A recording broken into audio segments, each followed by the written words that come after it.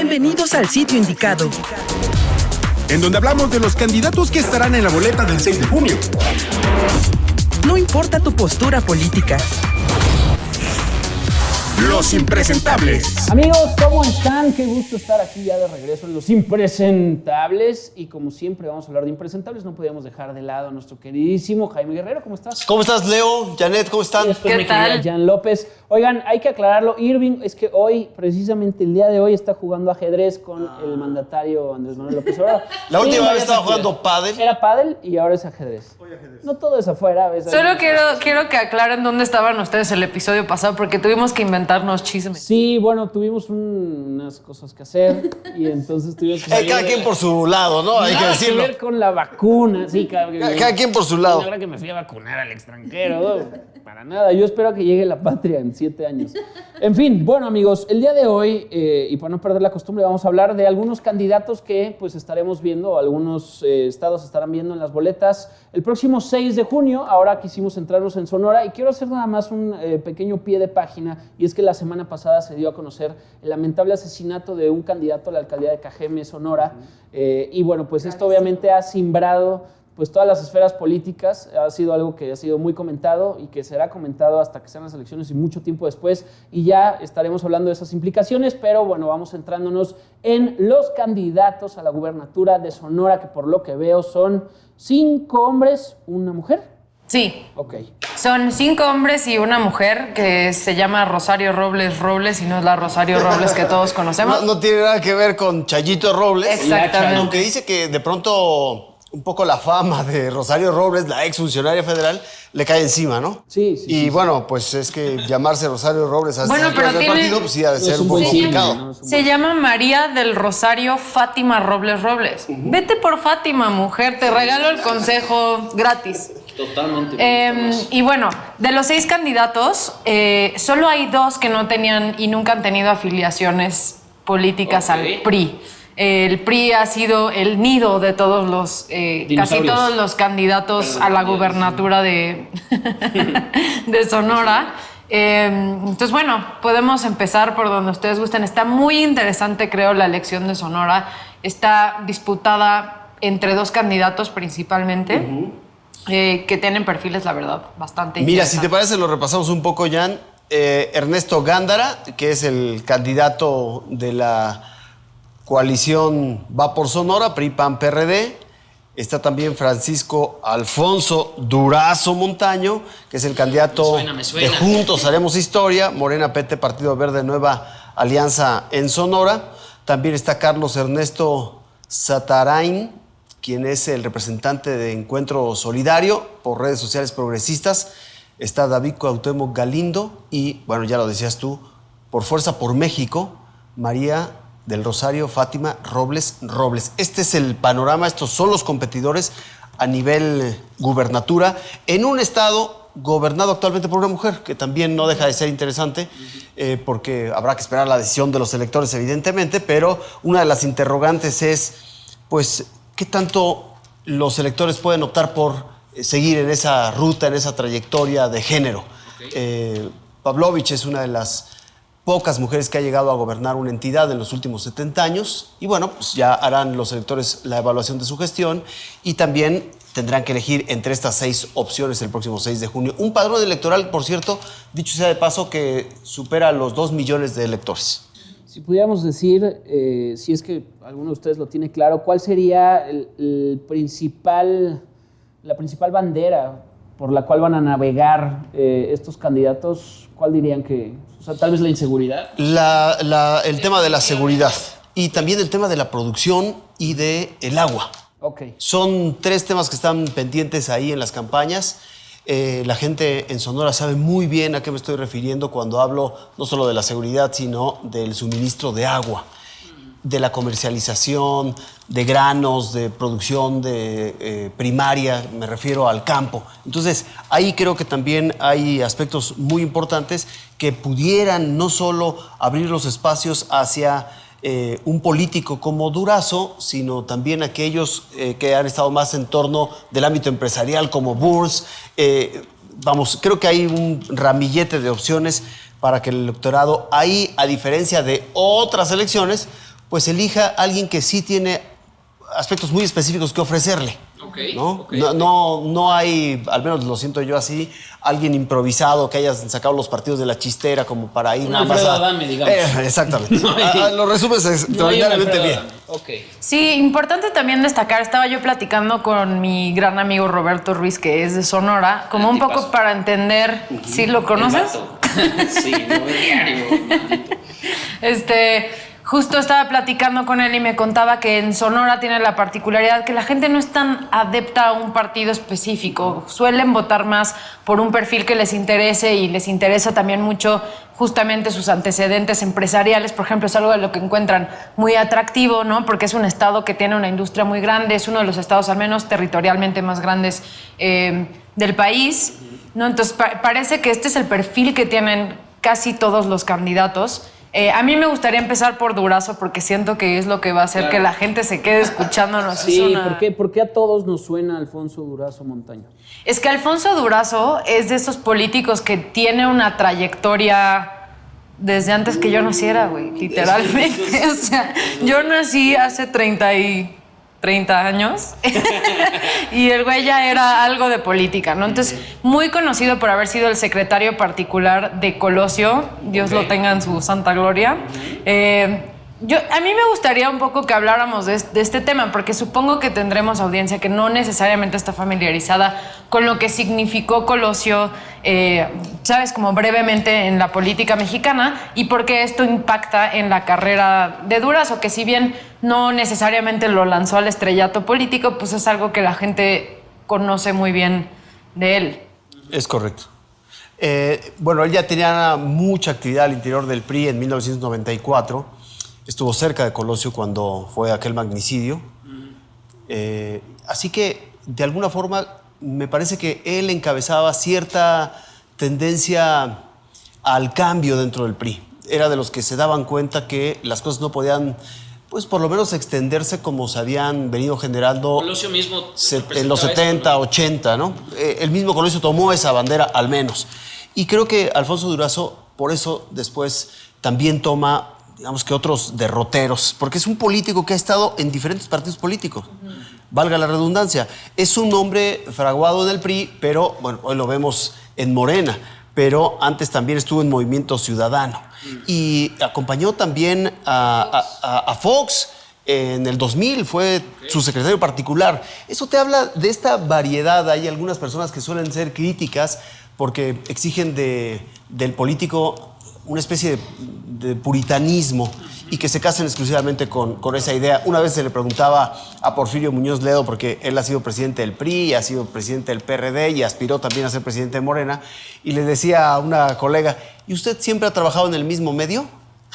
Eso fue lo que le contestó, claro, Porfirio cuando le dijeron, oiga, pues no se acomoda usted muy claramente a cualquier corriente que le favorezca. Ahí hago un pequeño paréntesis, y es que quiero rescatar algo muy importante que tú dijiste cuando yo estaba hablando justamente del chapulineo político que se da mucho, ¿no? Que es de, pues hoy soy del PRI, mañana del Verde y demás, ¿no? Al final, luego pueden decir algunas personas es lo mismo, pero tú dijiste algo muy importante y es cierto, o sea, no debemos de juzgarlos precisamente por el partido en el que estén, sino por sus ideales. Eso me parece que es lo más importante. Si lo siguen conservando, si... ¿no? Es correcto. Si mira, yo también critico algunos de estos casos de los chapulineos y creo que sobre todo el elector exige que a quien le da la confianza por lo menos termine su gestión a la que fue electo.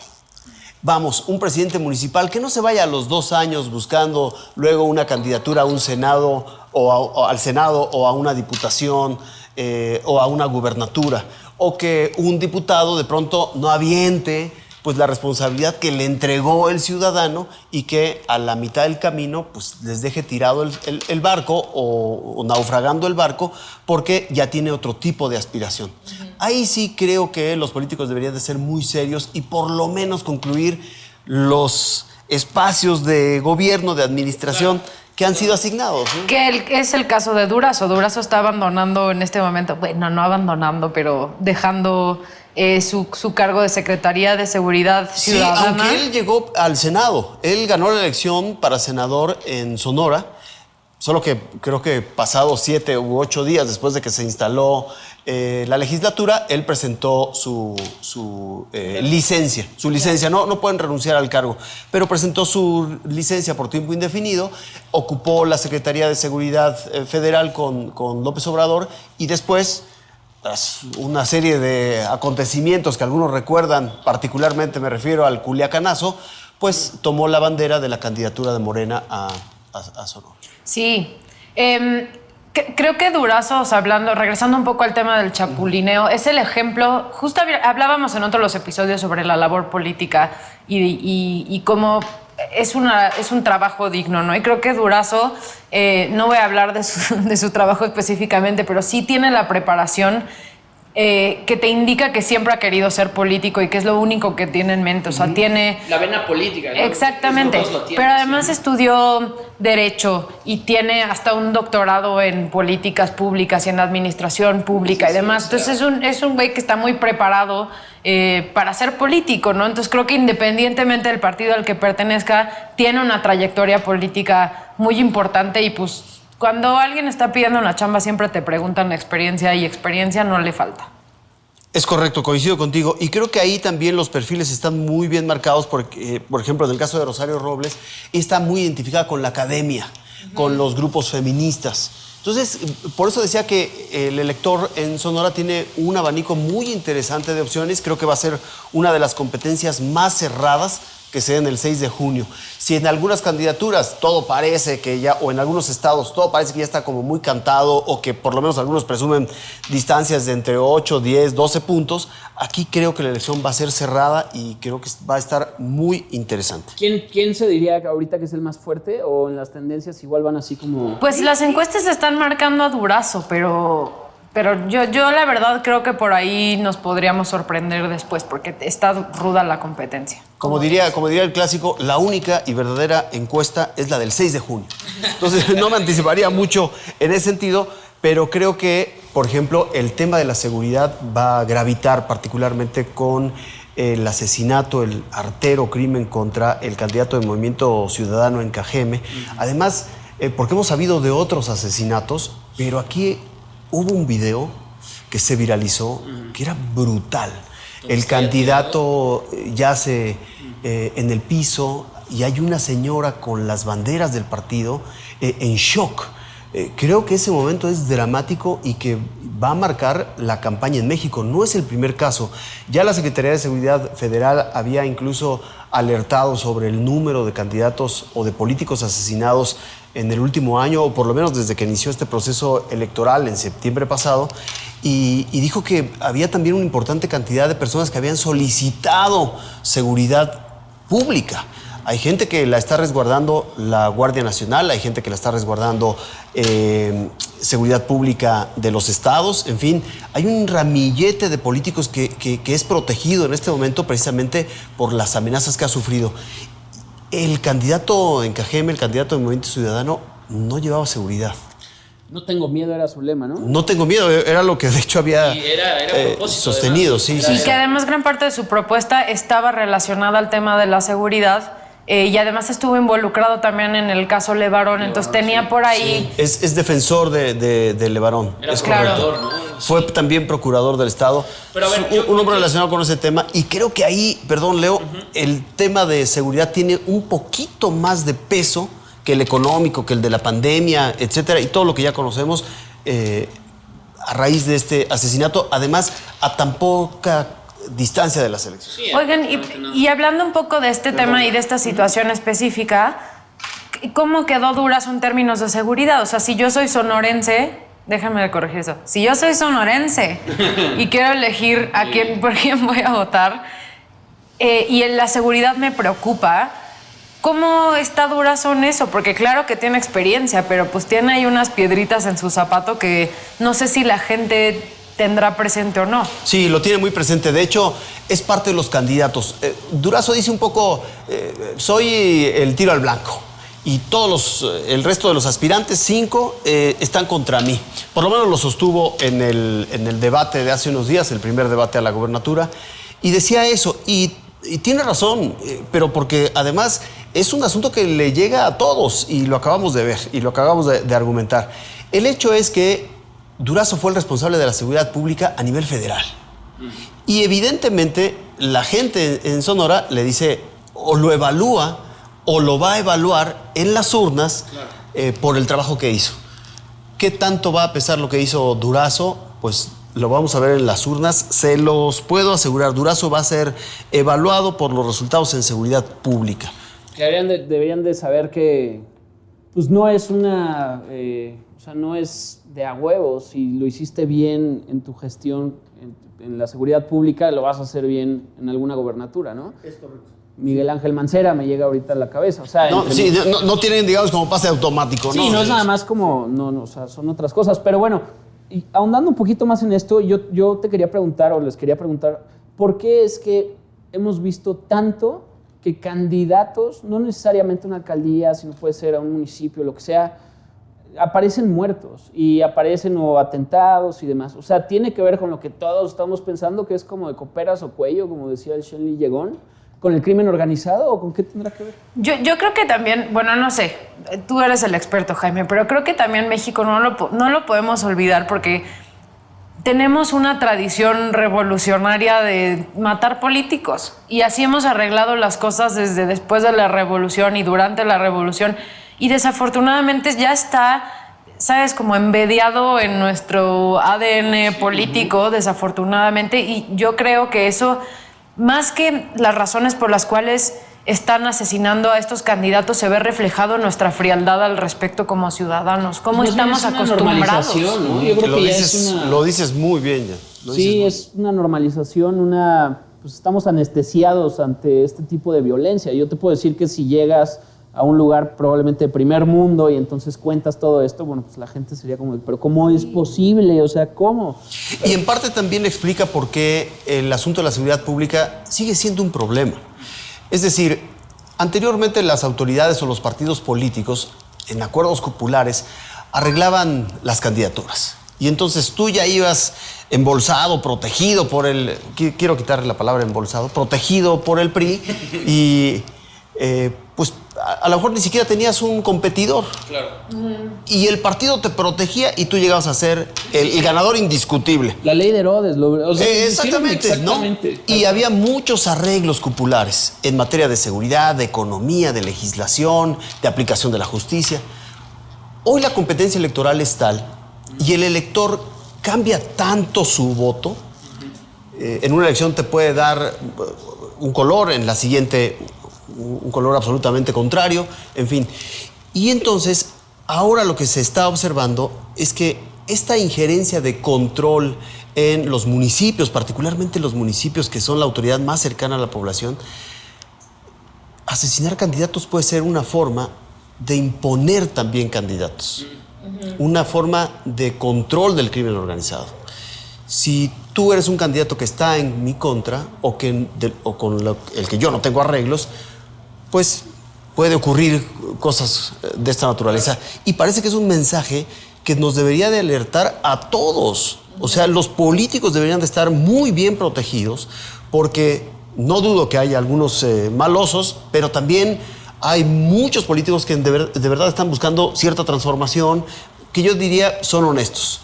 A ellos y al resto, porque una noticia de esta naturaleza sobre como los asesinatos no creo que le haga nada bien a este país, pues se les debería de proteger y se debería de condenar estos actos atroces. Insisto, el narcotráfico, el crimen o grupos de poder pueden indirectamente elegir, y no los ciudadanos, claro, quién será su gobernante. Lo han hecho siempre, además. Con base en la violencia. Lo han hecho siempre. Además, esta frase de pues yo no tengo miedo porque no hay nada que temer va mucho más allá de nada más decir como de mírenme, yo soy como ustedes, no me ando con guaruras y demás, pensando en el cabecita de algodón, obviamente, ¿no? Que después pues ya se le vio con camionetas y todo, porque se entiende que es un jefe de Estado y tiene que estar protegido como tal, por la protección incluso de los ciudadanos, o sea, por muchas otras razones.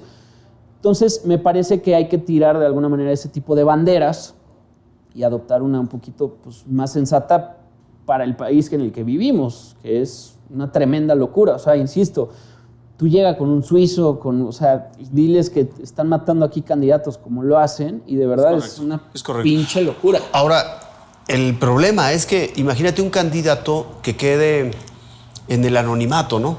Como los jueces sin rostro.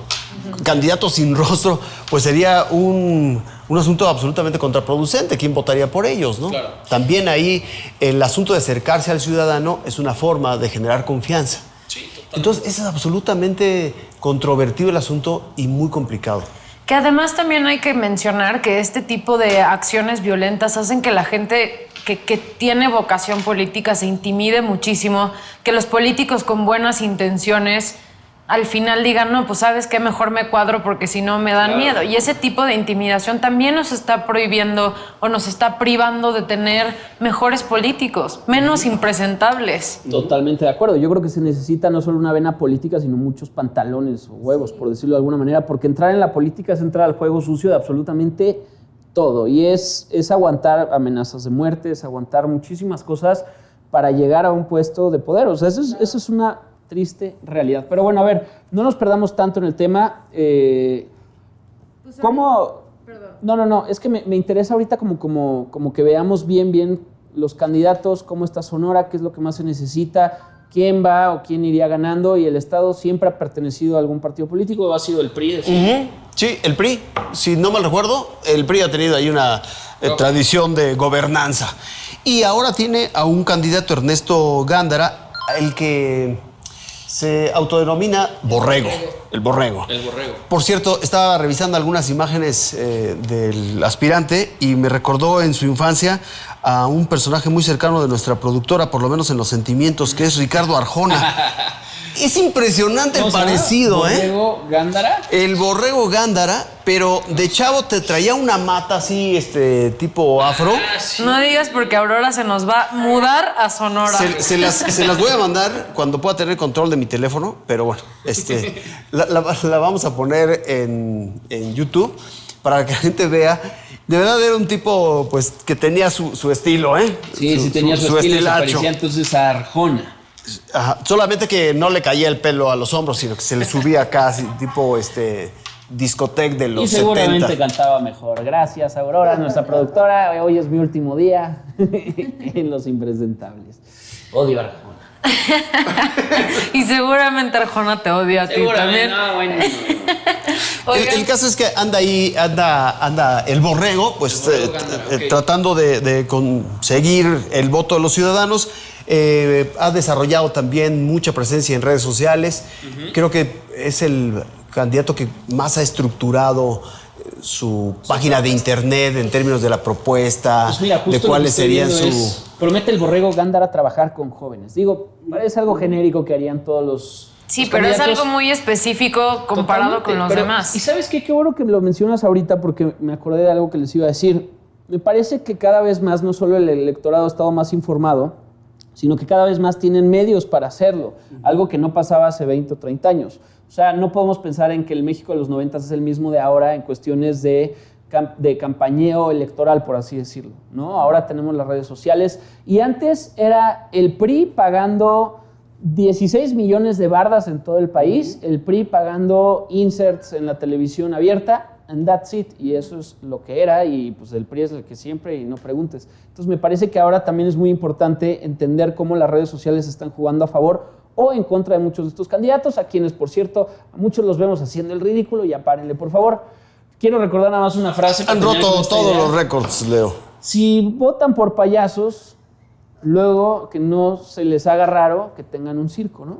O sea... Es una gran frase. Es una gran frase, pero al final sí, o sea, ¿cuántos no has visto que quieren llamar la atención y lo hacen?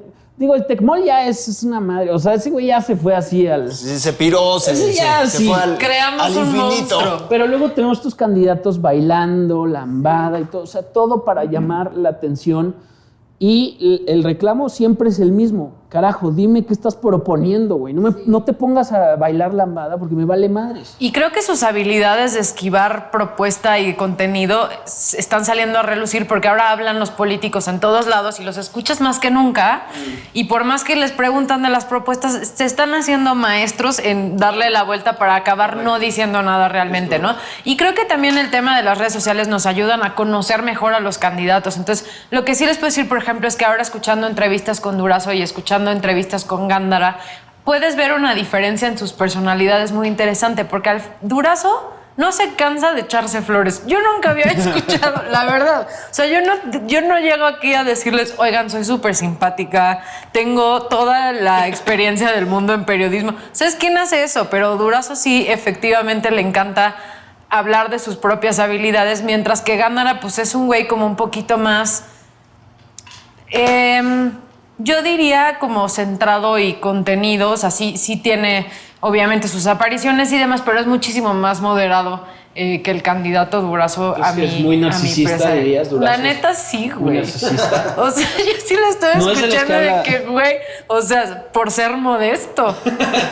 Luego hay unos que incluso te hablan en tercera persona, ¿no? Que ya es cuando dices... No, esos ya deberían cancelarles las Pero ¿sabes qué, candidaturas. Jaime? Regresamos al punto que hemos platicado durante varias intervenciones acá. El tema de que la gente, más allá de ideas, vote por una personalidad, pues es peligroso, es peligrosísimo. O sea, es peligrosísimo que, pues sí, el típico león, ¿no? Vestido de oveja. O sea, es muy peligroso que la personalidad sobresalga. Lamentablemente es lo que es. O sea, más allá de si estudiaste o no, si tienes tanta educación, si conoces bien de políticas públicas para hacer mover realmente las cosas, importa mucho más un carisma, importa mucho más una cara, una buena entrevista que te va a definir muchísimo en las elecciones, ¿no? Oye, algunas veces en algunas campañas han propuesto incluso exámenes psicométricos. Eso sería ideal. O Guau, de esa eso naturaleza ¿Por qué no psicológica, existen mental, todavía? como para evaluar a la sí, persona. sí, realmente, claro. Eso sería Alguien, imagínate qué tan fácil puede ser en un mundo dominado en las redes sociales, donde particularmente lo único que quieres es caerle bien al electorado por algunos chistes así medios ocurrentes. Claro, claro. Y te llevas el voto y a lo mejor alguien está votando por un auténtico psicópata, ¿no? Hay que ponerlo sobre la mesa. Creo que estoy exagerando un poco y me fui al extremo, es cierto, pero creo que hay muchas cosas que evaluar de los aspirantes. Sí. Y creo que la misma profesionalización de la política mexicana tendría que pasar por otros mecanismos de selección de aspirantes. Y ahí, como ha sido el tema de este podcast, es un asunto que los partidos políticos han dejado como un tanto relegados, ¿eh? Entonces, ¿qué podemos esperar ya para empezar? No estamos cerrando ya, pero para ir empezando a cerrar este círculo, ¿qué podemos esperar en estas próximas elecciones en Sonora? Quería decir que en el tema del candidato de la coalición PRI-PAN-PRD es que pues va a cargar también con la fama que pueda tener el resto de los partidos. No solamente el partido que lo encumbró, sino que también los electores evalúan estas alianzas como ese voto indirecto que puede resultarle perjudicial o benéfico al aspirante. Y otro asunto también que va a tener el borrego, le digo así porque él así se autodenomina, es la evaluación al actual gobierno. Claro. Los políticos que están aspirando con banderas del gobierno actual, o por lo menos del color que tiene actualmente el de Sonora, el elector regularmente evalúa ese gobierno. Y a lo mejor no es tanto ni siquiera la gestión del candidato, sino la gestión del actual gobernante la que puede darle un voto favorable o un voto en contra. Y creo que también depende de cómo se hayan repartido en esa alianza y si el público está contento con eso, ¿no? Luego dejamos por alto algunas situaciones que quizá el elector tiene mucho más presente. Hablando y regresando al tema de Rosario Robles, ella ha hecho muchos trabajos en términos de cómo combatir la violencia intrafamiliar y la violencia machista. Y recuperaba un dato, el 61% de las mujeres en Sonora se han dicho víctimas de la violencia. 61%. Y es una cifra, un porcentaje superior incluso que la media nacional. 6 de cada 10. 6 de cada 10. Entonces también hay que tenerlo en el mapa para que de pronto no nos sorprendan algunos resultados, Claro. porque el elector también piensa en su más cercana realidad, ¿no? Totalmente. Yo siempre he dicho que el elector nunca votará en contra de sí mismo. Totalmente Entonces, de acuerdo. ahí también hay un asunto pendiente y creo que quien más abandera estas causas es pues la única aspirante, ¿no? Rosario Robles. Rosario Robles 2, le vamos a llamar. Faltó, porque ya ahora sí ya tenemos que cerrar, bueno, faltó Carlos Ernesto Satarín González, que le dicen el Bebo, por el Partido Encuentro Solidario. El Bebo. Güey, ¿por qué alguien le dice? Bueno. Pero, o sea, ¿es bebo de beber o bebo de bebé? De lo que sea. El Bebo.